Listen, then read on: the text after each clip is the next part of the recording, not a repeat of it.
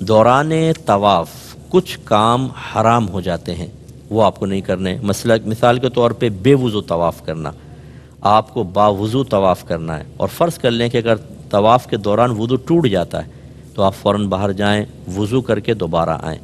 اب آپ یہ دیکھ لیں کہ اگر آپ نے کم از کم 3 چکر پورے کر لیے تھے تو، یا 4 چکر پورے کر لیے تھے للاکثر حکم الکل کے تحت، تو پھر تو آپ آگے ہی کنٹینیو رکھیں۔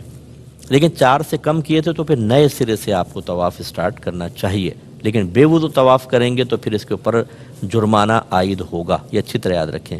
اچھا، جو لوگ شرعی معذور ہوتے ہیں، جن کو بار بار قطرات آنے کے مسائل ہوتے ہیں، یا کسی بہن کو جیسے استحاضہ ہوتا ہے، بلیڈنگ ہوتی رہتی ہے مسلسل، تو ایسے لوگ جو ہیں وضو کریں اور طواف کریں، چونکہ ان کے ساتھ شرعی عذر ہے۔ آپ کا دوران طواف جو ہے وہ کوئی مسئلہ نہیں ہے، آپ اسی حالت میں طواف کر لیں، آپ کا کوئی مسئلہ نہیں ہوگا۔ لیکن جو لوگ جن کے ساتھ صحیح شرعی عذر نہیں ہے، ان کو وضو کرنا لازم ہے۔ اس کے علاوہ دوسرے جو ہے کہ بڑی احتیاط چاہیے کہ حالت احرام میں ستر نہ کھل جائے۔ اب ہوتا یہ ہے کہ جو مرد حضرات ہوتے ہیں، یہ بعض اوقات خاص طور پہ جس کے پیٹ بڑا ہوتا ہے، وہ احرام پہنتا ہے تو وہ مرد کے لیے ناف کے سوراخ سے لے کر اور گھٹنوں کے نیچے تک کا حصہ بدن چھپانا فرض ہے۔ اب وہ ڈھلک جاتا ہے پیٹ سے، ناف سے نیچے تک کا حصہ نظر آ رہا ہوتا ہے، گناہ ہے۔ ایسے ہی جب ہم چلتے ہیں تو ذرا احتیاط کریں کہ ایسا احرام نہ پہن لیں کہ رانیں کھلی ہوئی نظر آئیں، گھٹنے اور رانیں، یہ بعض اوقات ہوتا ہے ہوا سے یا ویسے ہی مطلب یہ کہ کھنچ جاتے ہیں، اس میں بڑی احتیاط کرنی چاہیے، یہ دوران طواف بھی منع۔ اسی طریقے سے یاد رکھیں کہ بلا عذر ویل چیئر پر آپ نے اگر طواف کیا تو یہ گناہ ہے، اس میں دم لازم ہوگا، بلا عذر نہیں کر سکتے۔ اگر کسی کا عذر ہے، جیسے والدہ ہیں، بوڑھی ہیں، بیمار ہیں کوئی، ان کو آپ ویل چیئر پہ کروا رہے ہیں ایک الگ بات ہے، لیکن صحت مند آدمی نے سوچا چلو یار میں ہی ویل چیئر پہ بیٹھ کے مزے کر کے کسی کو پیسے دے کے کروا لوں، ایسا نہیں کر سکتے ہیں، اچھی طرح ذہن میں رکھیے۔ اسی طریقے سے حتیم جو ہے، وہ حتیم کہتے ہیں، وہ باؤنڈری وال آپ نے وائڈ دیکھی ہو، دوران طواف آپ حتیم کے اندر سے نہیں گزر سکتے، اس کے باہر سے گزریں گے، اگرچہ وہ کعبۃ اللہ کا، چونکہ وہ کعبۃ اللہ کا حصہ ہے، وہ رہ گیا تھا تعمیرات سے، اور نبی کریم نے اسی حیات تو اس کو قائم رکھنے کا حکم دیا، اس لیے اس کے اندر سے نہیں نکلیں گے بلکہ اطراف سے نکلیں گے۔ اور اسی طرح اگر 7 چکروں سے کم آپ نے طواف کر کے چھوڑ دیا، 5 چکر کر کے چلے گئے تو آپ گناہ گار ہوں گے، کیونکہ 7 چکر کم از کم ہوں گے۔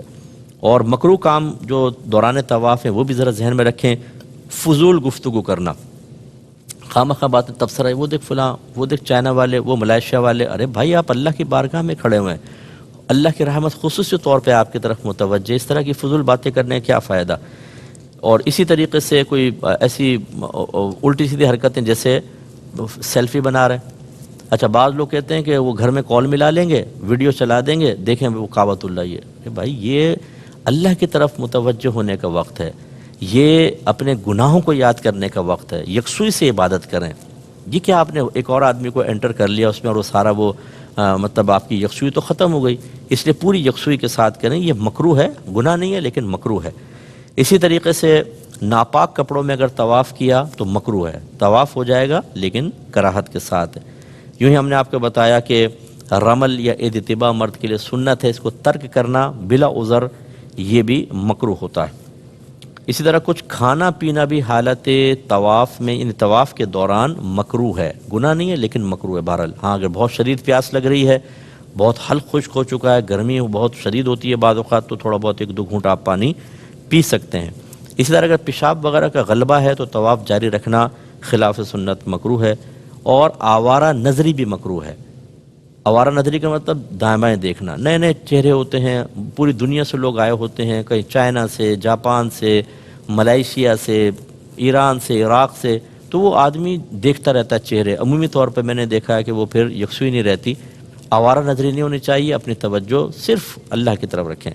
اچھا، کعبۃ اللہ کی طرف دیکھنا منع نہیں ہے۔ میں نے آپ کو پہلے کہا کہ علماء سے اور مفتیان کرام سے مسئلہ معلوم کریں، اگر آپ لوگوں سے معلوم کریں گے ہر ایک اپنی اپنی بولی بول رہا ہوگا۔ اور یہ بھی میں آپ کو بتا دوں، کسی نے 10 حج کیے ہوں اور 50 عمرے کیے ہوں، عالم نہیں ہو جاتا۔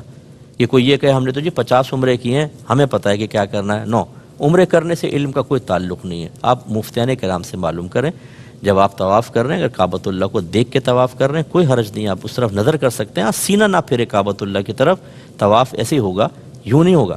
لیکن آپ دیکھ سکتے ہیں کعبۃ اللہ کو، برکت ہے بہت زیادہ، اس کو دیکھنے میں کیا مسئلہ ہے۔ اور باقی یہ کہ دوران طواف باقی کام جائز ہوتے ہیں، مثلا سلام کرنا، کسی کے سلام کا جواب دینا، پانی اگر پیاس ہے پانی پینا، ضرورتاً کلام کرنا، کوئی دینی مسئلہ دریافت کرنا کسی سے، یا کوئی آپ دینی مسئلہ کسی کو بتا دیں، ان کی گنجائش ہے، ٹھیک ہے۔ تو یہ تھوڑا سا آپ ذہن میں رکھیے۔ اس کے بعد سعی کے بارے میں بھی میں کچھ چیزیں آپ کی خدمت میں ذکر کر دیتا ہوں کہ اس میں بھی آپ کو خیال کرنا ہے۔ سعی میں یہ ہے کہ آپ بیٹھ کر بلا عذر سعی نہیں کر سکتے، یعنی ویل چیئر کے اوپر اگر آپ صحت مند ہیں، ویل چیئر پہ نہیں کر سکتے، دم لازم ہو جائے گا، تو آپ کو پیدل ہی کرنے ہوگا۔ بعض اوقات یہ بھی لوگوں نے کیا ہوا ہے، وہ ویل چیئر کیونکہ ہوتی ہیں وہ بنائی ہوئی جگہ، اور وہ جلدی جلدی کروا دیتے ہیں تو وہ بیٹھ کے کرنے لگ جاتے ہیں، تھک گئے نہیں طواف کر کے۔ ہرگز نہیں، اگر آپ بیمار ہیں، ضعیف ہیں، کوئی مجبوری ہے ایک الگ بات ہے، ورنہ پھر آپ کو ویسے ہی سعی کرنی ہوگی۔ تو خلاصہ کلام یہ ہے کہ یہ تمام امور آپ ذہن میں رکھیں۔ سعی باوضو کرنا افضل ہوتا ہے، جیسے میں نے بتایا بے وضو بھی ہو سکتا ہے۔ اور یہ جو مسعی ہے، سعی کا جو مقام ہے، یہ مسجد سے باہر ہے۔ جب آپ نکلنے لگیں تو باہر تو الٹا قدم باہر رکھ کے اور پھر آپ نکلیں۔